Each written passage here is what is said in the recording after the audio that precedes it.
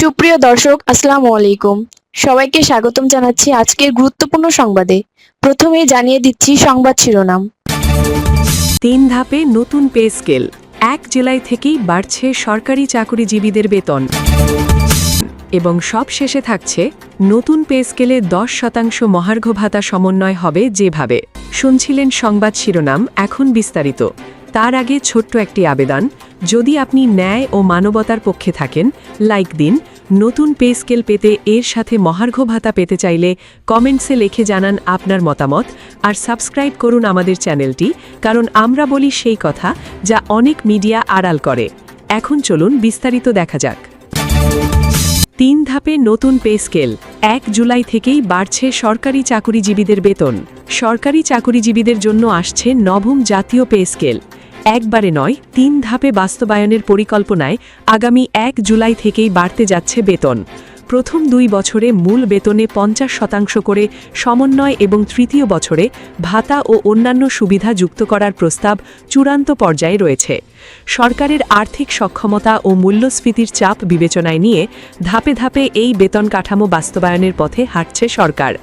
এজন্য আসন্ন বাজেটে ৩০,০০০ কোটি টাকার বেশি বরাদ্দ রাখা হবে। সংশ্লিষ্ট সূত্রে এসব তথ্য জানা গেছে। অর্থ বিভাগ সূত্র জানিয়েছে, পুনর্গঠিত কমিটির বৈঠকে সুপারিশ চূড়ান্ত হওয়ার পর তা দ্রুত প্রধানমন্ত্রীর কার্যালয়ে পাঠানো হবে।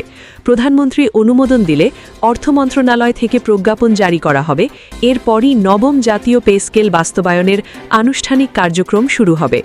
নবম পে স্কেল বাস্তবায়নে পুনর্গঠিত কমিটি ইতোমধ্যে বিভিন্ন মন্ত্রণালয়, বিভাগ ও আর্থিক সংশ্লিষ্ট সংস্থার মতামত পর্যালোচনা করেছে। কমিটির একাধিক সূত্র জানিয়েছে, দেশের বর্তমান মূল্যস্ফীতি, জীবনযাত্রার ব্যয় বৃদ্ধি, সরকারি কর্মচারীদের আর্থিক সক্ষমতা এবং সরকারের রাজস্ব আহরণের সক্ষমতা বিবেচনায় নিয়ে ধাপে ধাপে নবম পে স্কেল বাস্তবায়নের কৌশল নেওয়া হয়েছে। পরিকল্পনা অনুযায়ী ২০২৬-২৭ অর্থবছরের প্রথম দিন অর্থাৎ আগামী ১ জুলাই থেকে নতুন কাঠামোর প্রথম ধাপ কার্যকর হবে। এ ধাপে সরকারি কর্মকর্তা কর্মচারীরা তাদের বিদ্যমান মূল বেতনের ওপর অতিরিক্ত ৫০% সমন্বিত বেতন পাবেন। দ্বিতীয় ধাপে অর্থাৎ পরবর্তী অর্থবছরে আবারও মূল বেতনের ওপর সমপরিমাণ সমন্বয় যুক্ত হবে। তবে এই সময় পূর্বের ভাতা ও অন্যান্য সুবিধা আগের মতো বহাল থাকবে। ২ বছরের মধ্যে মূল বেতনের পূর্ণ সমন্বয় সম্পন্ন হবে। তবে বাড়ি ভাড়া, চিকিৎসা, যাতায়াত, বিশেষ প্রণোদনা, ঝুঁকি ভাতা ও অন্যান্য আর্থিক সুবিধা একযোগে কার্যকর করা হচ্ছে না। কমিটির সুপারিশ অনুযায়ী এসব ভাতা ও সুযোগ সুবিধা তৃতীয় বছর অর্থাৎ ২০২৮-২৯ অর্থবছরে পূর্ণাঙ্গভাবে কার্যকর হবে। অর্থ মন্ত্রণালয়ের একজন দায়িত্বশীল কর্মকর্তা যুগান্তরকে বলেন, একবারে সব সুবিধা চালু করলে সরকারের ওপর বড় ধরনের আর্থিক চাপ তৈরি হতে পারে। তাই রাজস্ব পরিস্থিতি ও বাজেট সক্ষমতা বিবেচনায় নিয়ে ধাপে ধাপে বাস্তবায়নের পথ বেছে নেওয়া হয়েছে। জানা গেছে, নবম পে স্কেলের আওতায় শুধু প্রশাসন ক্যাডার নয়, শিক্ষক, পুলিশ, স্বাস্থ্যকর্মী, মাঠ প্রশাসন, বিচার বিভাগীয় কর্মচারী সহ সব সরকারি কর্মকর্তা কর্মচারী অন্তর্ভুক্ত থাকবেন। পাশাপাশি স্বায়ত্তশাসিত ও অর্ধ স্বায়ত্তশাসিত প্রতিষ্ঠানের কর্মীদের ক্ষেত্রেও সমন্বিত নির্দেশনা থাকতে পারে। যদিও এ বিষয়ে চূড়ান্ত সিদ্ধান্ত সুপারিশ অনুমোদনের পর জানা যাবে। কমিটির দায়িত্বশীল এক কর্মকর্তা জানান, নতুন পে স্কেলে নিম্ন ও মধ্যম স্তরের কর্মচারীদের বেতন বৃদ্ধির হার তুলনামূলক বেশি রাখার বিষয়ে আলোচনা হয়েছে। কারণ মূল্যস্ফীতির চাপ সবচেয়ে বেশি পড়ছে নিম্ন আয়ের কর্মচারীদের ওপর। একই সঙ্গে বিভিন্ন গ্রেডের মধ্যে বিদ্যমান বৈষম্য কিছুটা কমিয়ে আনারও সুপারিশ থাকতে পারে। সাবেক সচিব জাকির আহমেদ খানের নেতৃত্বাধীন বেতন কমিশন পেনশনভোগীদের পেনশনের হারও শতভাগের বেশি বৃদ্ধির সুপারিশ করেছিল। এতে বলা হয়েছে, মাসে ২০,০০০ টাকার কম পান এমন পেনশনভোগীদের পেনশন ১০০% মতো বৃদ্ধি হতে পারে। তবে যারা মাসে ২০ থেকে ৪০,০০০ টাকা পেনশন পান, তাদের পেনশন ৭৫% পর্যন্ত বৃদ্ধির সুপারিশ করা হয়েছে। আর যারা মাসে ৪০,০০০ টাকার বেশি পেনশন পান, তাদের পেনশন বাড়তে পারে ৫৫% পর্যন্ত। আগামী অর্থবছরে তাদের জন্য কতটুকু দেওয়া যায় তা চূড়ান্ত করার কাজ চলছে।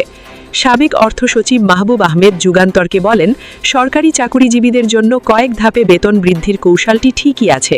গত কয়েক বছর যেভাবে দেশে মূল্যস্ফীতি হয়েছে সেভাবে তাদের ইনক্রিমেন্ট হয়নি, ফলে নিত্যপণ্য কিনতে তাদের বেশি অর্থ খরচ করতে হয়েছে। আবার অভ্যন্তরীণ ও বৈশ্বিক পরিস্থিতি বিচারে নিলে অর্থনীতিতে চাপ ও চ্যালেঞ্জ আছে। এ অবস্থায় একবারে বেতন ভাতা বৃদ্ধি করার মতো সামর্থ্য সরকারের নেই। পলিসি এক্সচেঞ্জের চেয়ারম্যান এম মাসরুর রিয়াজ বলেন, মূল্যস্ফীতি বিচারে নিলে নবম পে স্কেল বাস্তবায়ন করা যৌক্তিক, তবে সরকারের আর্থিক সক্ষমতা বিচারে নিয়ে 3 ধাপে বাস্তবায়নের বিষয়টি কৌশলী সিদ্ধান্ত হয়েছে। এবং সবশেষে থাকছে নতুন পে স্কেলে 10% মহার্ঘ ভাতা সমন্বয় হবে যেভাবে আগামী 1 জুলাই থেকে নবম জাতীয় পে স্কেল বাস্তবায়নের পরিকল্পনা চূড়ান্ত করছে সরকার। এই নতুন বেতন কাঠামোয় বর্তমানে সরকারি চাকুরিজীবীরা যে 10% মহার্ঘ ভাতা পাচ্ছেন সেটি মূল বেতনের সঙ্গে সমন্বয় করা হবে। এর ফলে সরকারের অতিরিক্ত ব্যয়ের চাপও উল্লেখযোগ্যভাবে কমে আসবে। অর্থ ও পরিকল্পনা মন্ত্রী আমির খুসরু মাহমুদ চৌধুরী জানিয়েছেন, আগামী অর্থ বছরের শুরু থেকেই নবম জাতীয় পে স্কেল কার্যকর হবে। এই বিষয়ে গঠিত পর্যালোচনা কমিটি আজ আবার বৈঠকে বসছে। সংশ্লিষ্টদের ধারণা, ওই বৈঠক থেকেই চূড়ান্ত সিদ্ধান্ত আসতে পারে। সংশ্লিষ্ট সূত্র জানিয়েছে, 2026-27 অর্থ বছরের বাজেটে নতুন পে স্কেল বাস্তবায়নের জন্য 37,000 কোটি টাকার বরাদ্দ চূড়ান্ত করেছে সরকার। এর আওতায় সরকারি, সমসরকারি, স্বায়ত্তশাসিত প্রতিষ্ঠান, বিচার বিভাগ এবং বিভিন্ন বাহিনীর কর্মচারীরা আগামী জুলাই থেকে বর্ধিত বেতন পেতে শুরু করবেন। তবে অন্তর্বর্তী সময় গঠিত নবম পে কমিশনের মূল সুপারিশ হুবহু বাস্তবায়ন করা হচ্ছে না। সরকার গঠিত পর্যালোচনা কমিটি বিভিন্ন সুপারিশে কাটছাঁট এনে 3 ধাপে নতুন বেতন কাঠামো কার্যকর করার পরিকল্পনা নিয়েছে। চূড়ান্ত প্রস্তাব অনুযায়ী আগামী জুলাই থেকে কর্মচারীরা নতুন নির্ধারিত মূল বেতনের 50% সমন্বিত অংশ পাবেন। পরবর্তী অর্থ বছরে বাকি 50% কার্যকর হবে। আর 2028-29 অর্থ বছরে বাড়ি ভাড়া, চিকিৎসা, যাতায়াত, বিশেষ প্রণোদনা, ঝুঁকি ভাতা ও অন্যান্য আর্থিক সুবিধা একযোগে কার্যকর করা হবে। পে কমিশন সূত্র জানিয়েছে, পূর্ণাঙ্গ সুপারিশ একবারে বাস্তবায়ন করতে গেলে সরকারের অতিরিক্ত 37,000 কোটি টাকার প্রয়োজন হতো। তবে বর্তমানে দেওয়া 10% মহার্ঘ ভাতাকে নতুন বেতন কাঠামোর সঙ্গে সমন্বয় করায় অতিরিক্ত ব্যয়ের চাপ কমে 37,000 কোটি টাকায় নেমে এসেছে। এই হিসাব ধরেই বাজেটে প্রয়োজনীয় বরাদ্দ রাখা হচ্ছে। এদিকে সাবেক সচিব জাকির আহমেদ খানের নেতৃত্বাধীন কমিশন পেনশনভোগীদের পেনশনের হারও 55 থেকে 100% পর্যন্ত বৃদ্ধির প্রস্তাব রেখেছে। দীর্ঘ 11 বছর পর নতুন পে স্কেল চালুর উদ্যোগ নেওয়ার মাধ্যমে প্রায় 14 লাখ সরকারি চাকুরিজীবী এবং 9 লাখ পেনশনভোগী বড় ধরনের আর্থিক সুবিধা পেতে যাচ্ছেন বলে সংশ্লিষ্টরা জানিয়েছেন।